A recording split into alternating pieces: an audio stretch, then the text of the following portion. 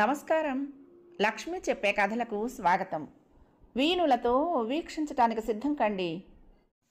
ప్రియ సఖులు, ఇప్పుడు మనం ప్రముఖ సీనియర్ రచయిత శ్రీ ద్విభాష్యం రాజేశ్వరరావు గారు రచించిన రష్యాలో రెండో కృష్ణుడు ధారావాహిక నుండి 7వ భాగం వినేద్దామండి. అతడు మంచం మీద పడుకొని అటు ఇటు దొర్లుతున్నాడు. ఎంత ప్రయత్నించినా కంటి మీద కునుకు రావటం లేదు. ఇక లాభం లేదని లేచి కూర్చున్నాడు. టేబుల్ ల్యాంప్ వెలిగించాడు. గది నిండా వెలుతురు పరుచుకుంది. ఎదురుగా అద్దంలో తన ప్రతిబింబం తనకే భయంకరంగా కనిపించింది. ఇంతకుముందు అలవాటు లేనిది, తనను కొత్త రూపంలో చూపించేది తన ముఖంపై ఈ మధ్య రోజుల్లో చోటు చేసుకుంది. అది తన గెడ్డం. ప్రస్తుత పరిస్థితుల్లో తనను సులువుగా గుర్తించడానికి వీలు లేకుండా చేస్తున్నది అదే. తనను కాపాడుతున్నది అదే. రాధ తనను పోల్చుకుందా లేదా? ఈ విషయంలో ఎంత ఆలోచించినా ఒక నిర్ణయానికి రాలేకపోతున్నాడు. రాధ ముఖ కవళికలను బట్టి గ్రహించడం ఎంత అసాధ్యమవుతోంది. రాధ దిక్కుమాలిన చావు చావాలి. ఆమె చావుకు గుండెలు బాదుకుని ఆమె తండ్రి విలపిస్తూ ఉంటే కంటి నిండా చూసి తాను ఆనందించాలి. ఆ ముసలాడి గుండెలు మొక్కలైపోతూ ఉంటే తాను ఎగిరి గంతయ్యాలి. తన తల్లిని అమానుషంగా పొట్టన పెట్టుకున్న ఆ దుర్మార్గుడు సొంత కూతురి అకాల మరణానికి కుళ్ళి కుళ్ళి ఏడుస్తూ మిగిలిన జీవితం గడపాలి. అదే తన కోరిక. తను తలుచుకుంటే ఆ ముసలాడిని చంపడం నిమిషాల మీద పని. కానీ తన కోరిక అది కాదు. ఆ ముసలాడు జీవితాంతం కృషించి కుళ్ళిపోయేలా చేయాలి. అతడికి మిగిలిన ఏకైక రక్త సంబంధికురాలు సొంత కూతుర్ని చట్టానికి దొరకకుండా చంపి ఆ సంగతి ముసలాడికి చెప్పడమే. ఆ ముసలాడు గుర్తుకొస్తే నరాల్లోనూ పగ ప్రజ్వరిస్తోంది. ఒళ్ళంతా ప్రతీకార వాంఛతో వేడెక్కిపోతోంది. రోజులు గడుస్తున్న కొద్దీ రాధ తన చుట్టూ మిత్రులతో వలయం నిర్మించుకుంటోంది. తన గురించిన జాగ్రత్తలు మరింత పెంచుకుంటోంది. ఈలోగానే దెబ్బతీయాలి. ఈసారి మరి తిరుగు లేకుండా దెబ్బతీయాలి. ఎలా ఎలా అంతలోనే మెరుపులా ఒక ఆలోచన తట్టింది అతనికి. రాధా, ఈసారి కాచుకో. నిన్నెవ్వరూ ఈ ట్రాప్ నుండి తప్పించలేరు. ఆఖరికి ఆ దేవుడు కూడా పాశుపతాస్త్రం ప్రయోగిస్తున్నాడు. కాచుకో అనుకున్నాడు మనసులో కసిగా. తన ఆలోచనకు ఒక రూపం ఇవ్వటం ప్రారంభించాడు. 10 నిమిషాల్లో ఒక స్థిరమైన ప్లాన్ తయారైంది. తర్వాత సుఖంగా నిద్ర పట్టింది అతనికి. మర్నాడు ఉదయం 10 గంటలకు బృందమంతా సోచి పట్టణానికి చేరుకున్నారు. సోవియట్ యూనియన్లోని అందాల పట్టణం నల్ల సముద్రం ఒడ్డున కాక్సస్ పర్వత శ్రేణులను ఆనుకుని ఉంది సోచి. ఎయిర్పోర్ట్ నుండి నల్ల సముద్రం ఒడ్డునే బీచ్ రోడ్లో ప్రయాణించి కొండవారులో కట్టబడిన టూరిస్ట్ హోటల్ జుమ్ మజ్వా చేరుకున్నారు. లంచ్ తర్వాత ఫ్రెండ్షిప్ ట్రీ చూడటానికి బయలుదేరారు అందరూ. విశాలమైన తోట మధ్యలో చుట్టూ కంచె అలబడి దాని మధ్యలో ఉంది స్నేహవృక్షం. సుమారు 150 దేశాల నుండి తెచ్చిన మొక్కలను ఒకటిగా అంటుకట్టి పెంచుతున్న వృక్షం అది. నారింజ, నిమ్మ, దబ్బ, అనాస, పనస, బత్తాయి, కమల మొదలైన అనేక జాతులకు చెందిన పళ్ళన్నీ అన్ని రకాలు ఈ చెట్టుకు కాస్తున్నాయి. మురళి మాత్రం చెట్టును చూడటం లేదు. అతని మనసు నిండా రాధరూపమే నిండిపోయింది. తన మనసులోని మాట నమ్మకి విన్నవించుకుందామంటే అవకాశం దక్కటం లేదు.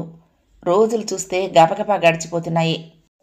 ఇండియాకు చేరుకుంటే ఎవరి దారిన వాళ్ళు వెళ్ళిపోతారు. ఈలోగా రాధతో తన మనసులో మాట చెప్పి ఆమె అంగీకరిస్తే వివాహం చేసుకోవాలి. ఒక వంక మురారి మాటలు కలవర పెడుతున్నాయి తనని. తాగినప్పుడల్లా రాధ పట్ల ప్రేమను వ్యక్తం చేస్తున్నాడు. మామూలుగా ఉన్నప్పుడు ఆ ప్రసక్తి తీసుకురావటం లేదు. అయినా రాధ మనసులో ఏముందో? వంశీతో ఆమె ఎంతో చనువుగా ఉంటుంది. కొంపతీసి ఇద్దరు ప్రేమించుకుంటున్నారా? ఏమో, ఎలా తెలుసుకోవటం? మరుసటి రోజు ఉదయం బ్రేక్ఫాస్ట్ ముగించిన తర్వాత హోటల్ లాంజ్లోకి చేరుకున్నారు అందరూ.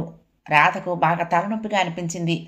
సైట్ సీయింగ్కు బయలుదేరి తిరిగి వస్తే మరింత ఎక్కువ అవుతుందేమోనని భయం వేసింది. నేను ఈ పూట బయటికి రాను, మీరు వెళ్ళిరండి అంది మోహన్తో. రాధ అదోలా ఉండటం పొద్దుటి నుండి గమనిస్తున్నాడు మోహన్. ఏమైంది, ఒంట్లో బాగలేదా అని అడిగాడు. తలనొప్పిగా ఉంది. మందు వేసుకున్నారా? ఆవిడ మీద అలాంటి అభాండాలు వేయకండి, ఆవిడ మందు ముట్టుకోదు అన్నాడు మురారి నవ్వుతూ. మీకెప్పుడూ ఒకటే ఆలోచన అంటూ మోహన్ వంక తిరిగి, అవసరం లేదు, రెస్ట్ తీసుకుంటే తగ్గిపోతుంది అని మాటలు ముగించింది. మోహన్ భుజానికి తగిలించిన బ్యాగులో నుండి 2 ట్యాబ్లెట్లు తీసి ఆమెకు అందించాడు. మరీ అవసరం అనిపిస్తే వేసుకోండి. మా సహాయం అవసరం అనుకుంటే మాలో ఎవరో ఒకరం బయటకు వెళ్లకుండా మానేసి ఉండిపోతాం. చెప్పండి అన్నాడు ఎంతో ఆత్మీయంగా. థ్యాంక్ యూ వెరీ మచ్ అవసరం లేదులేండి అంది. పోనీ నేనుండిపోనా? నవ్వుతూ అడిగాడు మురారి. ఎందుకు, నా తలనొప్పి మరింత ఎక్కువైపోవటానికా? నవ్వుతూ అడిగింది రాధ. చాలా అన్యాయం, డ్యామేజింగ్ స్టేట్మెంట్లు ఇస్తున్నారు గంభీరంగా అన్నాడు. రాధ గదిలోకి వెళ్ళి తలుపేసుకోగానే అందరూ బయలుదేరారు. టూరిస్టు బస్సులో బయలుదేరి ఉజ్బెకిస్తాన్ శానిటోరియంకి వెళ్లారు. కొండవాలలో పూల మొక్కల మధ్య 5 అంతస్తులతో అందంగా కట్టబడి ఉంది అది. మామూలుగా నయం కాని దీర్ఘకాల రోగాలకు అక్కడ చికిత్స చేస్తారు. అక్కడి నుండి కొండపైకి నడిచి వెళ్లారు. సర్గి బృందాన్ని అంతటినీ ఒక ఉద్యానవనంలోకి తీసుకువెళ్ళాడు. అక్కడ ఎత్తైన ఓ రాయి మధ్య నుండి నీరు ఊటలా ఊరి కిందకు ధారలా కారుతోంది. ఈ నీరు 10 చుక్కలు తల మీద చల్లుకుంటే నిశ్చయవనులుగా ఉండిపోతారట అన్నాడు సర్గి. మోహన్ నవ్వుతూ అన్నాడు, మనిషి బేసిక్గా ప్రపంచం అంతటా ఒకటే, ఈ రకమైన మూఢనమ్మకాలు కొన్ని తప్పటం లేదు అన్నాడు. అందరూ గజగజలాడుతూ ఊట దగ్గరకు చేరి నీరు తల మీద చల్లుకున్నారు. మురారి పురుషుడు నీళ్లు తల మీద పోసుకున్నాడు. 10 చుక్కలు చాలు కదా అన్నాడు మురళి. ఎందుకైనా మంచిది, 10 చుక్కలో 20 చుక్కలో ఎవరికి తెలుసు, మరింత ఎక్కువ చల్లుకుంటే మంచిదిగా అన్నాడు మురారి నవ్వుతూ. తర్వాత చేతిలోని రుమాలు ఆ నీటితో తడిపి పట్టుకున్నాడు. ఎందుకు తడిపావు? మనం ఒక్కళ్ళం యవ్వనంగా ఉండిపోతే ఎలా? రాధ మాత్రం నిత్య యవ్వనరాలుగా ఉండిపోవద్దా? అందుకని ఇవి రాధ నెత్తి మీద పిండుదాం నవ్వుతూ అన్నాడు మురారి. అందరూ బస్సులో బయలుదేరి సుమారు 2000 అడుగుల ఎత్తు ఉన్న అబ్రు శిఖరం చేరుకున్నారు. శిఖరం పైభాగంలో ఒక గోపురంలా కట్టబడి ఆ గోపుర పైభాగం చేరుకోవటానికి మెట్లు ఏర్పాటు చేయబడ్డాయి. సన్నని ఆ ఇరుకు మెట్ల ద్వారా పైడాబా మీదకు చేరుకున్నారు. అక్కడ నిలబడితే మేఘాలు తమని రాసుకుంటూ పరిగెడుతున్న అనుభూతి కలిగింది. కిందకు చూస్తే కళ్ళు తిరిగిపోయేలా కనిపించింది. చుట్టూ వృక్ష సముదాయంతో పచ్చదనపు ముద్దలా ఉంది.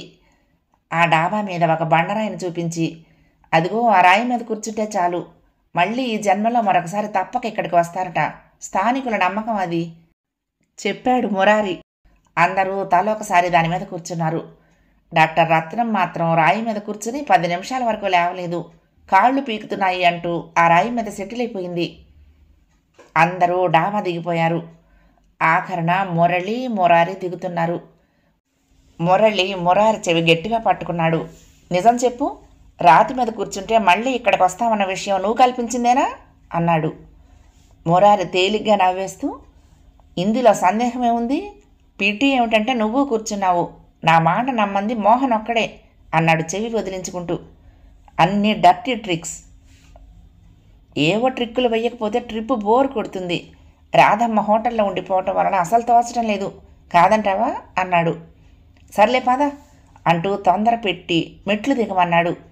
హోటల్కి తిరిగి వచ్చేశాక అందరూ రాధగదికి వెళ్లారు. అంతమంది కలిసి తన ఆరోగ్యం గురించి పరామర్శించడానికి రావడంతో ఐఎమ్ ఓకే అంది చిరునవ్వుతో. రండి వెళ్ళి లంచ్ తీసుకుందాం అన్నాడు మురారి. మీరు వెళ్ళిన తర్వాత ఓ విచిత్రం జరిగింది, దీర్ఘంగా నెట్టూరుస్తూ అంది. నేను లిఫ్ట్లో పైకి వచ్చేసాను కదా, రూమ్ తలుపులు తెరుస్తూ ఉంటే ఫ్లోర్ మేడ్ అడిగింది సైట్ సీయింగ్కు ఎందుకు వెళ్ళలేదు అని. తలనొప్పిగా ఉందని చెప్పి గదిలోకి పోయి తలుపేసుకున్నాను. అంతే, 5 నిమిషాలు గడవలేదు, పెద్ద శబ్దంతో అంబులెన్స్ వచ్చింది. 2 డాక్టర్లు 2 నర్సులు నా గదికి వచ్చారు. నన్ను పరీక్షించి నాకు మాట్లాడటానికి అవకాశం ఇవ్వకుండా కిందకు దింపి అంబులెన్స్లో ఎక్కించుకుని హాస్పిటల్కి తీసుకుపోయారు. క్వారంటైన్లో నన్నుంచి 4 ఏడీ డాక్టర్లు కూలంకషంగా నన్ను పరీక్షించి నాకే రకమైన రోగం లేదని నిర్ధారించి అప్పుడు హోటల్కి తిరిగి తీసుకొచ్చారు. మై గాడ్, రియల్లీ టెరిబుల్ అంది. చాలా నయం, మీరు ఇంకా సంతోషించాలి. క్రితంసారి మా ట్రిప్పులో వచ్చిన ఒక ఆయన జ్వరం కంప్లైంట్ చేస్తే 6 రోజుల వరకు క్వారంటైన్లో ఉంచేశారు. సీరియస్ అనారోగ్యం అయితే ఎటు తిరిగి చెప్పక తప్పదు. చిన్న చిన్న వాటికి మనం వాళ్ళకి చెప్పకూడదు, చెప్తే ఇలాగే హడావిడి చేస్తారు. కొత్త రకం అంటురోగాలు ఏమైనా వ్యాపిస్తాయేమోనని వాళ్ళ భయం అన్నారు. బాగుంది, మేము శానిటోరియం చూసొచ్చాము, మీరు ఆసుపత్రిలో చేరొచ్చారన్నమాట, వెరీ గుడ్ అన్నాడు మురారి. అందరూ కలిసి కింద రెస్టారెంట్కి హాల్లోకి వచ్చారు. ఇవాళ రైస్ సర్వ్ చేస్తున్నారు స్పెషల్ ఐటెంగా అన్నాడు సర్గి. హుర్రే అంటూ గట్టిగా అరవబోయి తమాయించుకుని మెల్లిగా అన్నాడు మురారి. అయితే ఈవేళ మనం ఆవకాయకి పని చెప్పాలి అంటూ భుజానికి తగిలించి ఉన్న సంచిలో నుంచి సీసా బయటికి తీసి యుద్ధానికి సన్నద్ధమయ్యే వాళ్ళ ఫోజు పెట్టి కూర్చున్నాడు. ట్రాలీలో రకరకాల పదార్థాలు వడ్డించి వెళ్ళిపోయారు. సూప్ తాగి అన్నం కోసం ఎదురు చూస్తూ ఉంటే ఎంతకీ అది వడ్డించలేదు. ఈ సర్గి మన మీద ప్రాక్టికల్ జోక్ చేశాడా ఏమిటి కొంపతీసి అన్నాడు మురళి. ఇంతలోనే అటు వెళ్తున్న సర్గిని పిలిచాడు వంశీ. వేర్ ఈజ్ రైస్ అంటూ అడిగాడు. సర్గి అందరి వంక ఆశ్చర్యంగా చూసి తర్వాత అందరి ప్లేట్ల దగ్గర ఉన్న ఐస్ క్రీమ్ బౌల్ లాంటి డిష్లో ఉన్న తెల్లటి ముద్దలాంటి పదార్థ విశేషాన్ని వేలుతో చూపించి వెళ్ళిపోయాడు. వంశీ 2 చేతులతో తల పట్టుకున్నాడు. మురారి ఎడం చేత్తో జుత్తు పీక్కున్నాడు. రాధ నవ్వాపుకోలేక రుమాలును నోటికి అడ్డం పెట్టేసుకుంది. మోహన్ డిష్ దగ్గరకు తీసుకుని సత్యనారాయణ స్వామి వ్రతం ప్రసాదంలా ఉన్న తెల్లని పదార్థాన్ని అటు ఇటు కెలికాడు. పేస్టులా ఓ చెంచాడుందది. అతనికి నవ్వాలో ఏడవాలో తెలియలేదు. రాధ వంశీ వంక తిరిగి, రైసు సర్వ్ చేశారు కదా, పాపం బెంగ పెట్టేసుకున్నారు. ఇంతకాలం ఇంకేం 3 మెతుకులు ఆవకాయి, 5 మెతుకులు కరివేపాకు పొడి, ఇలా అన్నింటితో తాలో 6 మెతుకులు తినండి. ఇంకా 2 మెతుకులు మిగిలితే కిఫీ పోసుకోండి. కావాలంటే నేను 2.5 మెతుకులు మీకు అప్పిస్తాను అన్నాడు నవ్వుతూ. రైసు సర్వ్ చేస్తారంటే మన పెళ్ళిళ్ళల్లో జల్లిగంపలతో వార్చి బుట్టలతో వడ్డించినట్లు తెస్తారనుకున్నాను. కానీ బొత్తిగా ఇలా ప్రసాదంలా తయారు చేస్తారనుకోలేదు అన్నాడు వంశీ ఎంతో నిరాశగా మొహం పెట్టి. మనకి జన్మలో అన్నం పెట్టకుండా ఏడిపిస్తున్నారు వీళ్ళు. వీళ్ళకి వచ్చే జన్మలో అన్నం పుట్టదు అన్నాడు మురారి కసిగా. సోవియట్లకు పునర్జన్మ నమ్మకం లేదు కదా, కాబట్టి బెంగే లేదు అంది రాధ మెల్లిగా. కొండకచో పునర్జన్మ ఉన్నా కూడా వాళ్ళకి అన్నం పుట్టక్కర్లేదు, గోధుమలు పుడితే చాలు అన్నాడు మోహన్. ప్రసాదాన్ని నాలుక్కి రాసుకున్నట్లు అన్నం తినటం పూర్తయిందనిపించారు. మధ్యాహ్నం 1 గంట విశ్రాంతి తీసుకున్నాక హిల్ పార్కుకు బయలుదేరారు. కొండ శిఖరం ఇంకో ఫర్లాంగ్ దూరం కింద ఉండగా బస్సును నిలిపేశారు. అక్కడ పెంచిన ఉద్యానవనాలు చూస్తూ ఉండిపోయారు చాలామంది. మనం శిఖరం దాకా వెళదామా, అక్కడ నుండి వ్యూ చాలా బాగుంటుంది అన్నాడు మోహన్. ఈ పూట అన్నం తినేయటం వల్ల నాకు బాగా భుక్తాయాసంగా ఉంది, నడిచి వెళ్లే ప్రసక్తే లేదు అన్నాడు మురారి కడుపు తడువుకుంటూ. నాకు ఊపికిపోయింది, మీరు కావాలంటే వెళ్ళండి అన్నాడు మురళి. రైట్, నేను వెళ్తున్నా, మళ్ళీ 1 గంటలోగా తిరిగి వచ్చేస్తాను. ఎవరైనా వస్తే రండి, అక్కడ కేబుల్ కారు ఉంది, ఎక్కుదాం అన్నాడు మోహన్. కేబుల్ కారు కాదు కదా, పుష్పక విమానం ఉన్నా నా వల్ల కాదు అన్నాడు మురారి. పదండి నేను వస్తాను అంది రాధ. రాధతో పాటు ఇంకా 5గురు మోహన్ వెంట బయలుదేరారు. తమకు కొద్ది వెనకగా వంశీ డేవిడ్ మాట్లాడుకుంటూ కొండెక్కటం గమనించిందామె. 1/2 గంటలో శిఖరం చేరుకున్నారు. శిఖరం మధ్య ఒక ఎత్తైన స్తంభంలా ఉంది. దాని మధ్యలో నుండి మెట్లెక్కి వెళ్తే అక్కడ కేబుల్ కారు ఉంది. యువతల కొండ నుండి రోప్వే మీద అవతల కొండకు చేరుస్తుంది. అది 2 మనుషులెక్కి సొంతంగా ఆపరేట్ చేసుకునేందుకు వీలైన బుల్లి కేబుల్ కార్. ఎర్రటి రంగులో దగదగా మెరిసిపోతోంది. సన్నని రోపు కొంత దూరం వరకు కనిపిస్తోంది. తర్వాత ఆకాశం నీలం రంగులో కలిసిపోయి ఏమీ ఆధారం లేనట్లే ఉంది. రోపు చుట్టూ మబ్బు తునకలు అటు ఇటు కదులుతున్నాయి. ఆ మేఘాల మధ్య నుండి కేబుల్ కారు ప్రయాణిస్తుంది. దూది పింజెల్లాంటి మేఘాలను చేత్తో తాకుతూ సుమారు 1000 అడుగుల కింద పచ్చదనపు ముద్దలా ఆగుపించే లోయలోతుల్ని చూస్తూ, ఇరుపక్కల గోడల్లా నిలబడిన కొండవాలుల్ని చూస్తూ సుమారు 20 నిమిషాల పాటు కేబుల్ కారులో ప్రయాణం చేయటం ఎంత మనోజ్ఞమైన అనుభవం! రాధ మనసు ఆనందంతో పురివిప్పిన నెమలిక మళ్ళీ అయ్యింది. పరిసరాలను మర్చిపోయి చిన్నపిల్లలా గెంతులేస్తూ అటు ఇటు పరిగెత్తింది. తర్వాత మోహన్ వంక తిరిగి, రండి కేబుల్ కారు ఎక్కుదాం అంటూ అతడి సమాధానానికి కూడా ఎదురు చూడకుండా గబగబా పరుగు పెడుతూ స్తంభం ఆకారంలో ఉన్న మెట్లు పైకెక్కేసి పైభాగానికి చేరుకుంది. ఎదురుగా ఆహ్వానిస్తున్న పుష్పక విమానంలా ఉంది కేబుల్ కార్. మెట్లెక్కి ఎవరో పైకొస్తున్న చప్పుడు వినిపించింది. కొంతసేపు చుట్టూ చూస్తూ నిలబడిపోయింది. కిందకి ఎక్కువసేపు చూడాలంటే కళ్ళు తిరిగేలా ఉంది. మెల్లగా కేబుల్ కారులోకి అడుగుపెట్టి అవతల అద్దంలో నుండి కిందకు చూసింది. తమ బృందంలో ఇంకా కొంతమంది పైకెక్కొస్తున్నారు. ఇంతలోనే చిన్న కుదుపు కలిగింది. కారు ముందుకు కదిలింది. ఉలిక్కి పడి వెనుతిరిగి చూసింది రాధ. నిశ్చేష్టురాలై కొయ్యలా నిలబడిపోయింది. ఎదురుగా డేవిడ్ బటన్ మీద చెయ్యి నొక్కి పట్టుకున్నాడు. కారు వేగంగా ముందుకు కదిలిపోతోంది. 2 నిమిషాల పాటు వికటాటహాసం చేశాడు డేవిడ్. తర్వాత అన్నాడు, దీనిలో నుండి కిందకు తోసి నిన్ను చంపటానికి 5 నిమిషాల సమయం ఉంది, దేవుణ్ణి తలుచుకో. చుట్టూ ఏం జరుగుతుందో ఆలోచించటానికి రాధకు 1 నిమిషం పాటు మెదడు పనిచేయలేదు. తాను గబగబా మెట్లెక్కి పైకొచ్చి కేబుల్ కారు ఎక్కేసింది. వెనక అడుగుల చప్పుడు మోహన్దే అనుకుంది. ఈలోగా తన వెనక డేవిడ్ వచ్చాడనమాట. ఏమాత్రం తాను సర్దుకునే అవకాశం ఇవ్వలేదు. గాలిలో బొయ్యమని శబ్దం చేస్తూ కీచు కీచుమంటూ ముందుకు సాగిపోతోంది కేబుల్ కార్. తాము బయలుదేరిన చోటు నుండి అరఫర్లాంగు సుమారుగా ప్రయాణించింది. అప్పుడే భూమికి వేల అడుగుల ఎత్తున బ్రహ్మాండమైన రెండు పర్వతాల మధ్యన గాలిలో మేఘాలను తాకుతూ మానవ మాతృలెవరికీ కనిపించినంత సుదూరంలో తనకు దిక్కెవరు? డేవిడ్ తనను చంపేయటం ఖాయం. చంపి దీనిలో నుండి లోయలోకి తోసేస్తే శవం కూడా ఎవరికీ కనిపించదు. తనను చంపి అతడు ఏ విధంగా తప్పించుకుంటాడన్నది అనవసరపు విషయం తనకు. కానీ ఈ దిక్కుమాలిన చావు నుండి తప్పించుకోవటం ఎలా? బుర్ర తిరిగిపోతున్నట్లు అనిపించింది రాధకు. కళ్ళు బయర్లు కమ్మిపోతున్నాయి. దేవుణ్ణి తలుచుకుంటున్నావా, లేక నన్ను మోసగించి ఎలా బయటపడదామని ఆలోచిస్తున్నావా? కర్కశంగా ఉంది అతడి గొంతు. గడ్డం తడుముకుంటూ దూరంగా చూస్తూ అడిగాడు. డేవిడ్, నువ్వు దామోదరానివి కదూ? మెల్లగా అంది రాధ. వికృతంగా నవ్వాడు అతను. దామోదరం నీకింకా గుర్తున్నాడన్నమాట. పురుగులాంటి ఆ మనిషిని, కీటకం లాంటి ఆ శాల్తీని, ఆ అల్పజీవిని నువ్వు మీ నాన్న ఇంకా గుర్తుంచుకున్నందుకు చాలా ఆనందం. ధనకావరంతో పొరలు కమ్మిన మీలాంటి గొప్పవారి కళ్లకు ఇంకా అర్భకుడైన దామోదరం రూపం గుర్తుందన్నమాట. Very good. నువ్వు పోల్చలేకపోయినా నువ్వు చచ్చే ముందు నేనే చెప్పాలనుకున్నాను. ఎస్, నేను దామోదరాన్ని. కానీ ప్రస్తుతం డేవిడ్ని, నీ పాలిట యమకింకరుణ్ణి, నీ బాబును చచ్చే వరకు పీడించబోయే భూతాన్ని. అతని కళ్ళ నిండా కసి, అతని మాటల నిండా కక్ష, అతని ముఖం నిండా భయంకరమైన భావం, కళ్ళ నిండా ఎర్రటి జీర. దామోదరం, నా మీద నీకెందుకు కోపం? నువ్వు చంపుతానంటే నిన్ను అడ్డుకోలేని ఆడదాన్ని. కానీ నేను నీకు చేసిన అన్యాయం ఏంటి? నన్ను కడతేరిస్తే నీకు కలిసి వచ్చేదేంటి? భయం భయంగా మాటలు కూడదీసుకుంటూ మనసులో గుబులు నాణుచుకుంటూ అడిగింది. నీ మీదెందుకు కోపమా?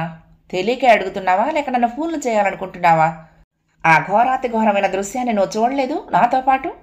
ఈవేళ ఏమీ తెలియని నంగనాచిలా నా మీద నీకు కోపం ఎందుకు అని అమాయకంగా అడుగుతున్నావా? ఆవేశంతో అతని ముక్కుపుటాలు ఎగిరిపడుతున్నాయి. రాధ ఏదో చెప్పబోతూ ఉంటే అడ్డుపడుతూ గట్టిగా అరిచాడు.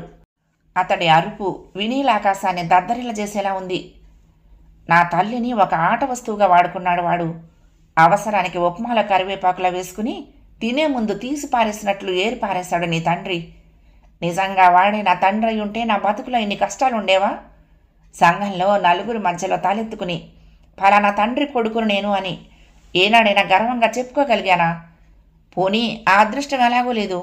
అభం శుభం తెలియని నా తల్లిని పొట్టన పెట్టుకుని అమ్మా అని నోరారా పిలుచుకునేందుకు నాకు లోకంలో ఎవరూ లేకుండా చేశాడా తుచ్చుడు. వాడొక దగుల్బాజీ, పరమ కిరాతకుడు. డబ్బు విలువే తప్ప మనిషి విలువ, మనసు విలువ తెలియని మదోన్మత్తుడు.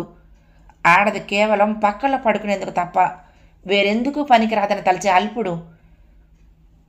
నాకు ఆ దృశ్యం జ్ఞప్తికొస్తేనే పిచ్చెత్తిపోతుంది. ఆవేశంలో ఊగిపోతున్నాడు అతను. రాధ మెల్లగా అంది.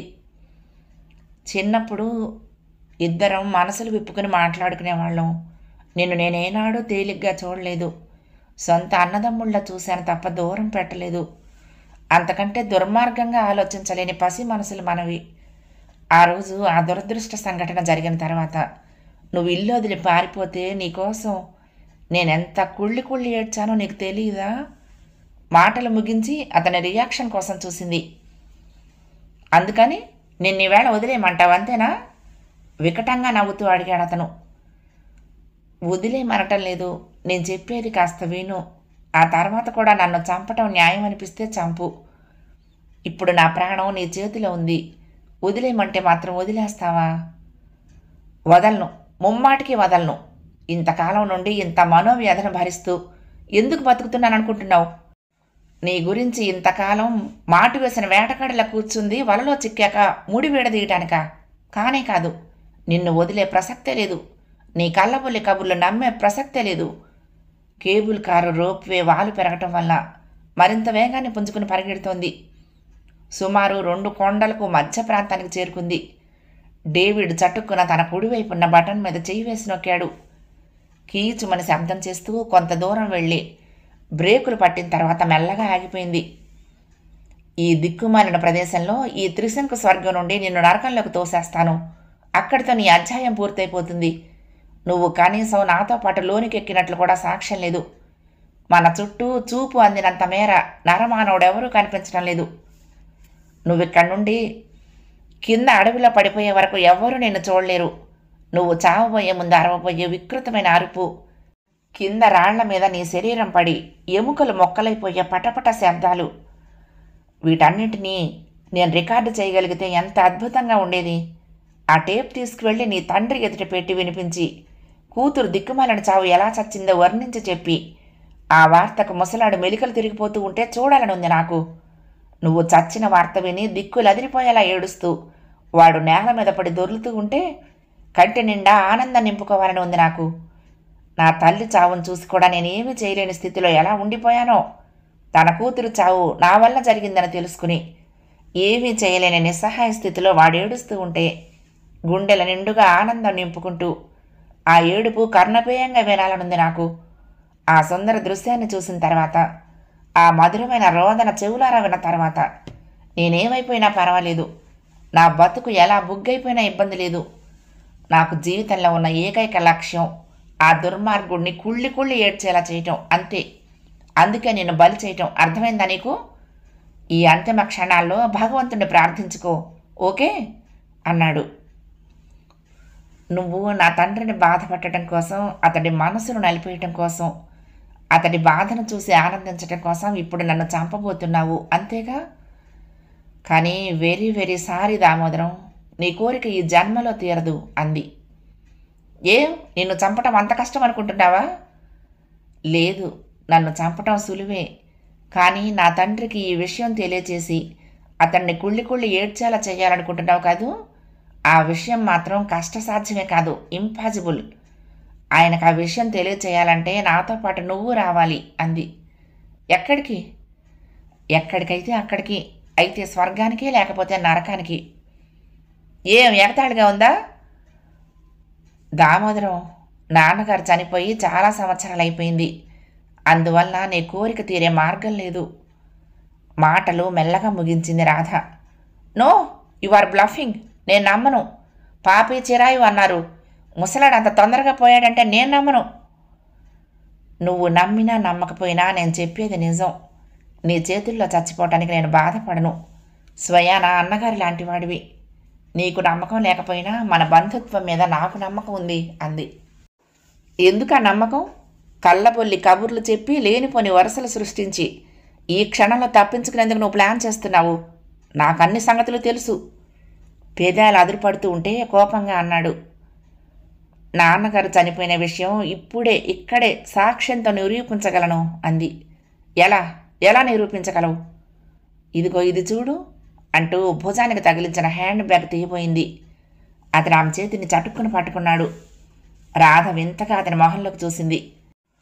పిస్తోలు కానీ కత్తి కానీ తీద్దామనుకుంటున్నావా? క్రూరంగా ఆమె వంక చూస్తూ అన్నాడు. తేలిగ్గా నవ్వేసింది. ఓకే, నీ ఆలోచనలు ఆ విధంగా ఉంటే నేనేం చేయలేను. నేను కదలకుండా నిలబడతాను. నా భుజానికున్న బ్యాగ్ నువ్వే తీసుకో. కుడి పక్క జిప్పు తెరిచి అందులో పాస్పోర్ట్ ఉంది, దాన్ని బయటకు తీయి. ఆ పాస్పోర్టు నాన్నగారు చనిపోయిన కొత్తల్లో సింగపూర్ వెళ్ళడానికి అప్లై చేసి తీసుకున్నది. దానిలో చిరునామా చూడు. దానిలో daughter of late so and so అంటూ పేరుంటుంది. అతడు చటుక్కున ఆమె భుజానికి ఉన్న బ్యాగ్ లాగాడు. సర్రున్న జిప్పు లాగి పాస్పోర్ట్ బయటికి తీశాడు. నువ్వు 2 చేతులు ఎత్తి నాకు బాగా దూరంగా నిలబడు అరిచినట్లే అన్నాడు. రాధ బాగా వెనక్కు జరిగి చేతులు వెనక్కి కట్టుకుని కళ్ళు మూసుకుని మరీ నిలబడింది. ఆతృతగా అతను పాస్పోర్ట్ తెరిచాడు. చిరునామా చూసి నివ్వెరపోయినట్లు నిలబడిపోయాడు. రాధ చెప్పింది నిజమే. Bastard is no more, he is dead. అసంకల్పితంగా ఈ మాటలు అతడి నోటి నుండి వచ్చాయి. జీవితంలో ఏదో విలువైన వస్తువును 10 నిమిషాల క్రింద పోగొట్టుకున్న వాడిలా ఎంతో డల్గా అయిపోయాడు. అతడి ముఖంలోని మార్పులను పసిగడుతూనే ఉందామె. సమయాన్ని వృధా చేయదలుచుకోలేదామె. దామోదరం, నన్ను చంపేయి.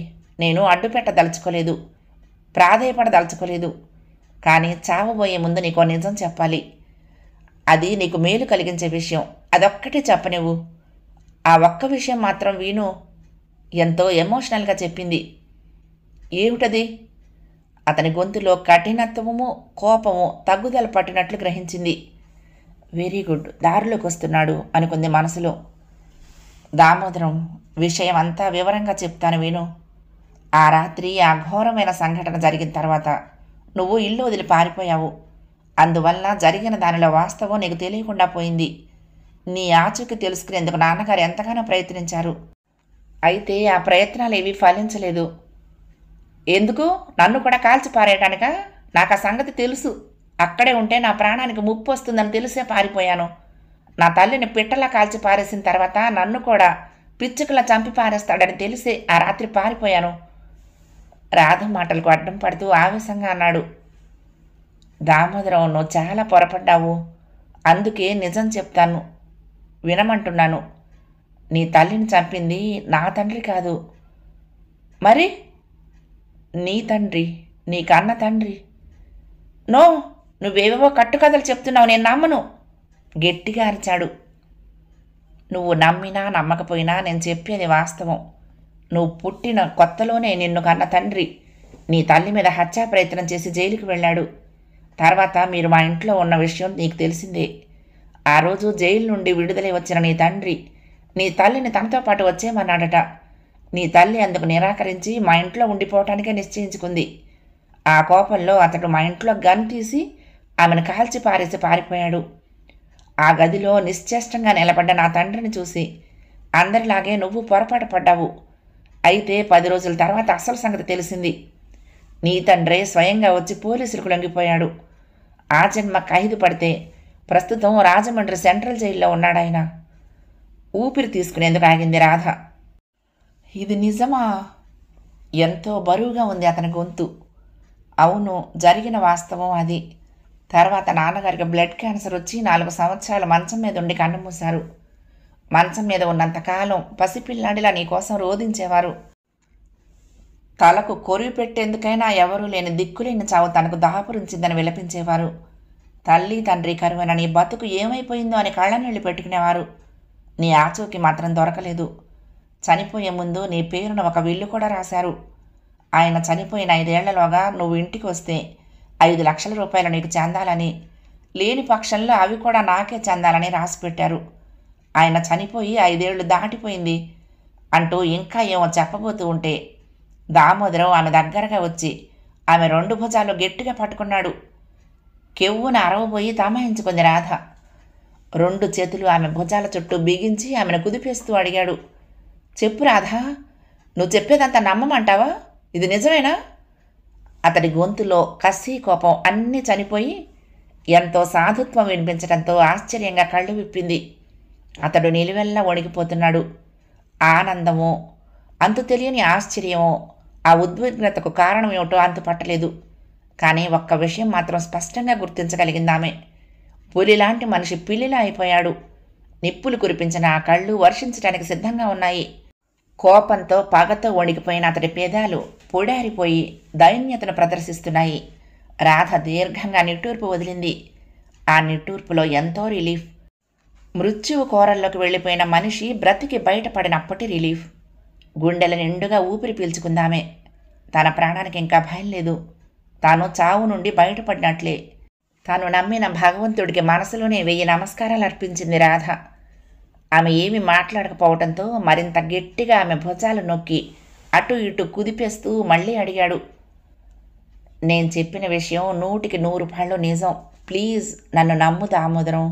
గడువు దాటిపోయినా సరే నీకు చెందవలసిన ఆస్తి నీకే అప్పచెప్పదలుచుకున్నాను. అతడి చేతులు ఆమె భుజాల మీద ఆప్యాయంగా కదిలాయి. Thank you Radha, thank you so much. నా కానుకగా ఆ ఆస్తిని నువ్వే ఉంచుకో రాధా. నీ మాటల్లోని ఆప్యాయత, నీ కళ్ళల్లో మెదులుతున్న ఆదరణ నన్ను కట్టిపడేస్తున్నాయి. లావాలా మండిపోయిన నా గుండె ఒక్కసారిగా నీ మాటలతో చల్లబడిపోయినట్లయింది. క్షణక్షణం నేను టెన్షన్తో నింపుకున్న నా మనసు ఒక్కసారిగా ఖాళీ అయిపోయి సంతోషంతో నిండిపోయినట్లయింది. అదే 5 లక్షల ఆస్తి నాకు అన్నాడు. మాట్లాడటం ఆపి 2 నిమిషాల పాటు ఆత్మీయంగా రాధ కళ్ళల్లోకి చూస్తూ ఉండిపోయాడు. 7వ భాగం సమాప్తం. 8వ భాగంలో ఈ ధారావాహిక ముగింపును వినేద్దామండి. ఈ కథ మీకు నచ్చితే తప్పకుండా లైక్ చేయండి, షేర్ చేయండి, కామెంట్ చేయండి, సబ్స్క్రైబ్ చేసుకుని నన్ను ఎంకరేజ్ చేయండి. ఉంటానండి. ప్రేమతో లక్ష్మి, కృష్ణా తీరం దుర్గమ్మ సన్నిధానం. నమస్తే.